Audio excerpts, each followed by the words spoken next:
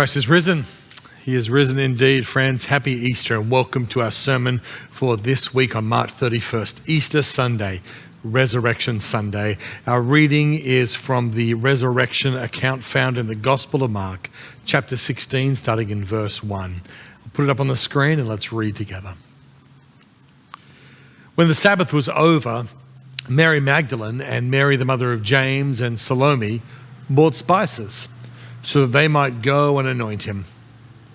And very early on the first day of the week, when the sun had risen, they went to the tomb. They had been saying to one another, "Who will roll away the stone for us from the entrance of the tomb?" And when they looked up, they saw that the stone, which was very large, had been already rolled back. As they entered the tomb, they saw a young man dressed in a white robe, sitting on the right side, and they were alarmed. But he said to them, "Do not be alarmed. You are looking for Jesus of Nazareth, who was crucified. He has been raised. He is not here. Look, there is the place they laid him. But go, tell his disciples and Peter that he is going ahead of you to Galilee, and there you will see him just as he told you." So they went out and fled from the tomb, for terror and amazement had seized them, and they said nothing to anyone, for they were afraid. The word of the Lord. On November 7th, 1919, a gathering of scientists in London, England, announced the results of some recent astronomy expeditions that had measured how much background starlight bent as it passes the sun. Now, this may not sound all that interesting to us, but it's a big deal because it's the first time that they were able to, through experiment, confirm Albert Einstein's theory of relativity. It was a huge deal because Einstein's big idea now had some science to back it up. Now, today I'm not particularly focused on Einstein's theory of relativity, although it could apply. What I'm really interested in is the headline in the New York Times just 3 days later, in the top right-hand corner of the November 10th edition, trying to explain the radicalness of this new discovery to lay people like you and me. They knew how to write headlines back in those days, and here it is. I'll pop it up on the screen.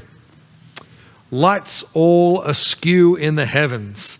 Men of science more or less agog over the results of eclipse observations. Einstein theory triumphs. Stars not where they seemed or were calculated to be. But nobody need worry." What a fantastic headline. Lights all askew in the heavens, but nobody need worry. The very nature of physics and the universe have been altered, but it doesn't really affect your day-to-day life. It's a nice idea, a big idea even, a big revelation, but when it comes to your life and mine, there's nothing to worry about. Friends, sometimes church talk, resurrection to Easter talk can feel a lot like this a lot of the time. Big ideas. But don't worry, it doesn't really change your life. Nothing really changes. We talk about big theories and big ideas, big theologies of resurrection and universal love, or the brotherhood, the sisterhood of man, God breaking into the world. And we talk about all these big things, but it almost feels like there's an asterisk over all of them, but nobody need worry. And that's okay, right? Because that's not what we worry about anyway, is it? Our worries, or mine at least, come across as much more self-focused, much more mundane. We worry, of course, but rarely about the big stuff. We worry about what happens to us. I worry about my retirement savings. I mean, if I'm honest, I don't really worry that I'll have enough to live on. I realize that my wife and I are incredibly privileged.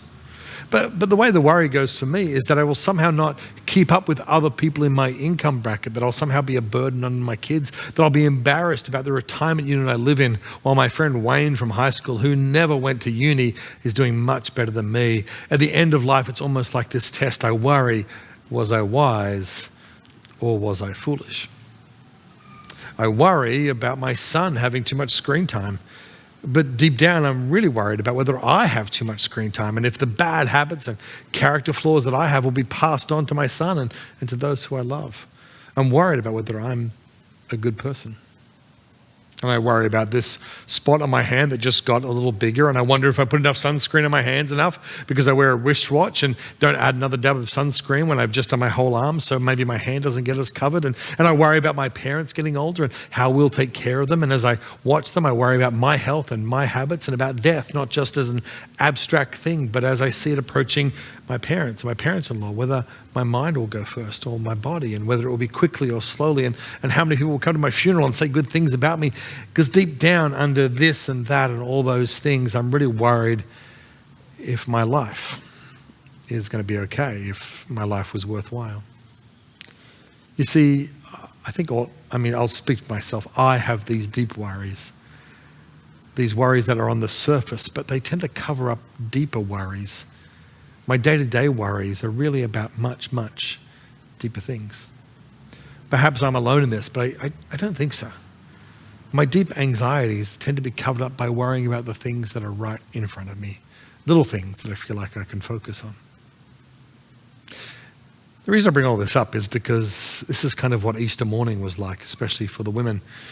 Jesus' disciples had been through a traumatic few days. They had seen Jesus arrested, tried, convicted on trumped-up charges, and then crucified, the most painful method of state execution ever devised. And all their hopes and dreams had been shattered. It's not overstating it to say that their world had fallen apart. But in the story that we read in the early hours after the Sabbath had ended, no one was thinking about stars in the sky or big picture or life falling apart. If you read the stories of the gospel, the concerns of these early followers of Jesus were much more mundane. We read it's the women who got up first. And we read that they are worried about two things. One, they're worried about spices. And the second is they're worried about the stone. Let's talk about the spices first. After his crucifixion, Jesus had been left in a tomb, lying on a rock slab. In Jerusalem and the surrounding areas, there was very little topsoil, so it was hard to bury a body. So to prevent a stench, spices were added to stop the smell until the bones could be placed in a small box called an ossuary. Why are the women doing this? Why have they gotten up early and taken their spices? Well, obviously because as far as they're concerned, Jesus is very dead. In the chapter before this, Mark chapter 15, we read about the crucifixion, the brutal torture and the death of Jesus. And if one thing is clear from this extended and painful narrative, it is that Jesus of Nazareth had died. In 2 verses, it's mentioned 5 times towards the end of the chapter. Jesus is described as dead. The disciples ask for the body of Jesus. Pontius Pilate was surprised that he had already died. He checked with the soldiers to see if he was actually dead. And when he confirmed that he was dead, he handed over the corpse. Jesus was dead. So it makes sense that the women, these followers of Jesus, would come to take care of the body with the spices. They couldn't bear the idea that this person who they loved would rot alone and in dishonor. They were worried that no one would care for him or tend to his body. Now, look, they had followed Jesus. They had heard Jesus talk about resurrection, that he would be handed over to be killed and 3 days later rise. But with him now dead and in the ground, they couldn't worry about that now. That was too big a worry. The women are walking in a pattern that I think we all understand. They're doing the best that they could under the difficult circumstances. Jesus had come, he'd shown them God's will, he'd helped them, blessed them, healed them. But now it was time to face facts. He had gone. And if the story was to continue with any dignity, it had to be up to them, the women, the disciples. Certainly the men weren't going to be any use at this early stage. For many, I think this is what religion is. Sometimes even what Easter is. Spices to cover up the smell of a dead body. A nice story to cover up the pain of life. Something to keep our worries at bay, to whistle, as they say, past the graveyard. Religion is putting spices and ointment on a body that we know is really dead. And friends, if that's what religion is, or spirituality, or whatever you want to call it, then it doesn't really matter which one.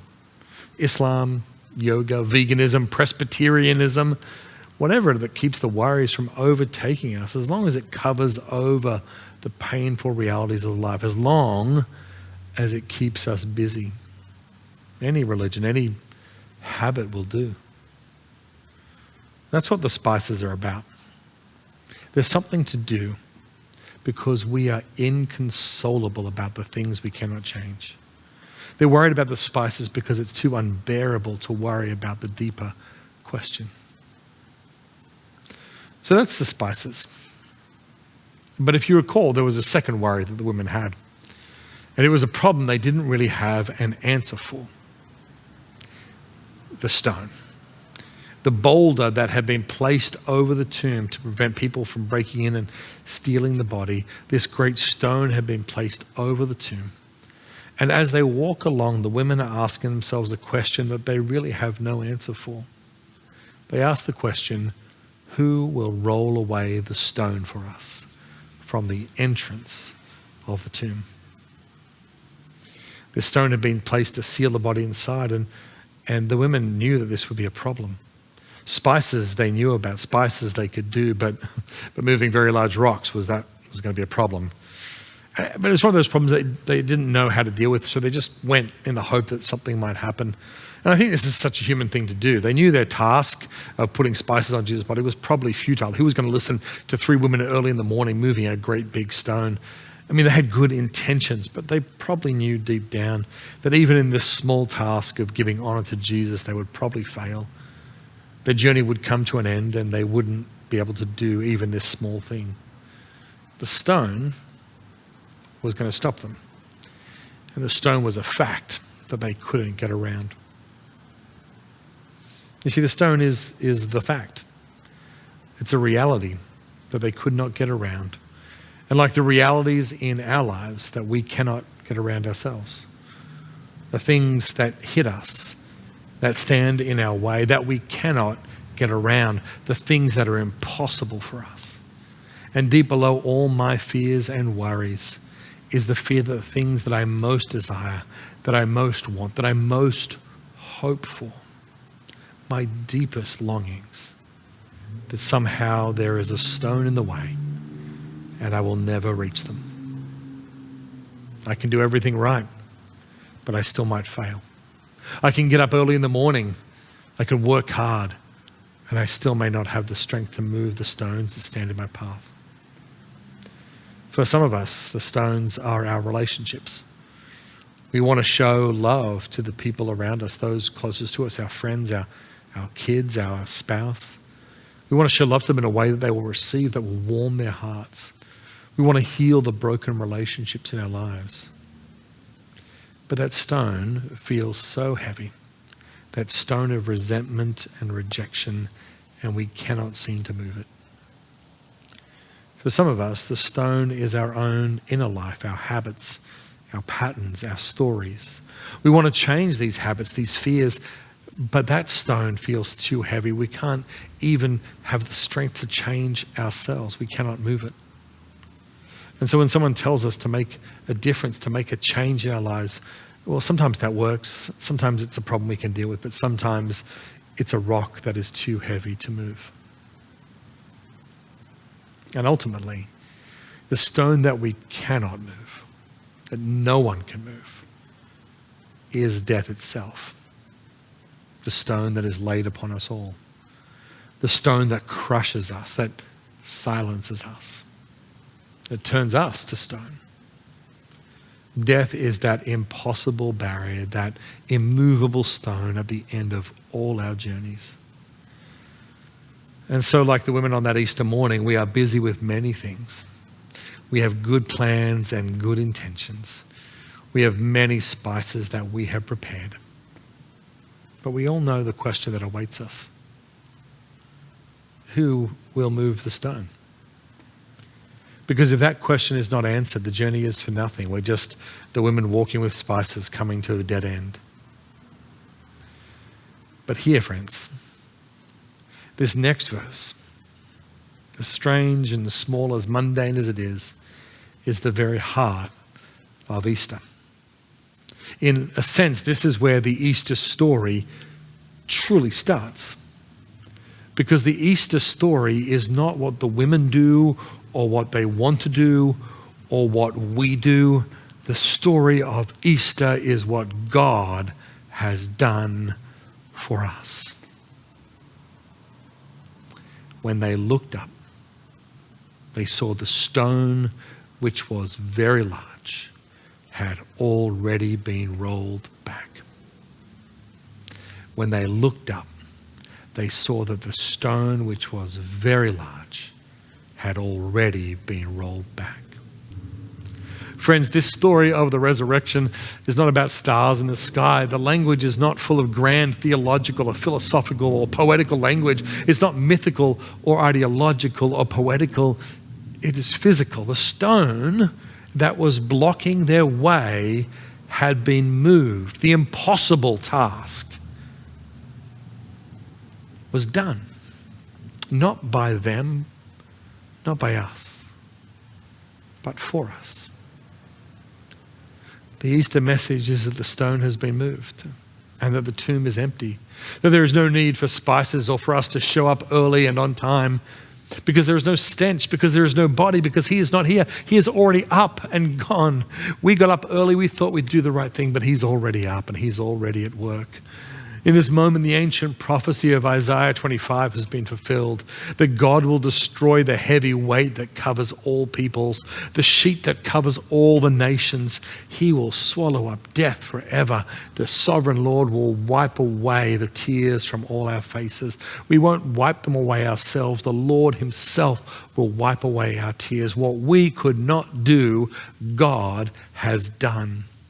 Not in theory, not some philosophy or idea that we can implement if we're smart enough or hardworking enough or good enough. No, something has happened, an event. The good news has already come, and there is nothing left for us to do except live in the light of that good news.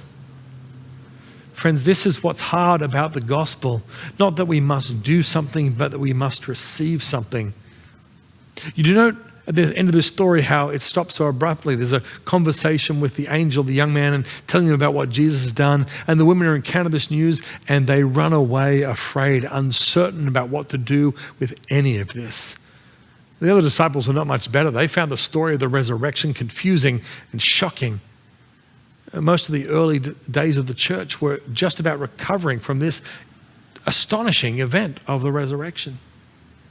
Friends, that's where we live, in hearing this good news and responding to it. When I was 9 years old, my birthday, I'd been asking for a kitten for a long time as a birthday present. And I think by the time my parents had really said, and probably quite wisely, no, we're not doing pets at this time.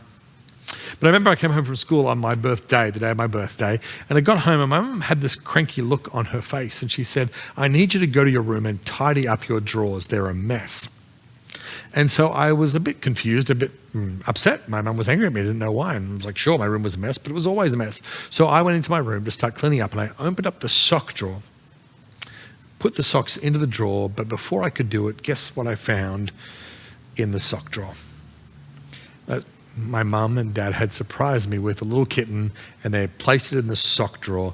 Not sure how long ago they put it in there, but when I opened up the drawer, there was a little kitten, my birthday present. What I had hoped for, it had been given to me as a gift. And I remember at that moment going, oh, what an astonishing surprise. I don't know what to do with this. And then in my mind I was like, oh no, but I'm supposed to be cleaning up my room. What do I do with this cat? And I turned to my mum and said, Mum, there's a cat here. I've got to clean up my room. And my mum just laughed and said, you silly boy. Like, it was all a ruse. The gift is for you. Telling you to clean up your room, that was just the way to lead you to the place of the gift. Friends, it's a silly story, but that's the story of the gospel. That long before we were able to do anything to impress God, long before we were able to do anything to make a difference, God acted on your behalf and mine. He put death to bed and he raised Jesus up. The church is not some great institution of good people promoting great morals.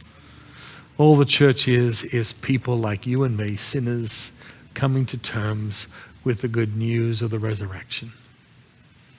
The Bible, it's not a great textbook of wise people telling us good things, giving us rules for life. The Bible is the story of people who are just trying to understand the impact of this great event of the resurrection of Jesus on themselves and on the world. So this Easter, there will be no moralizing. There will be no lectures. There will be no telling you what to do.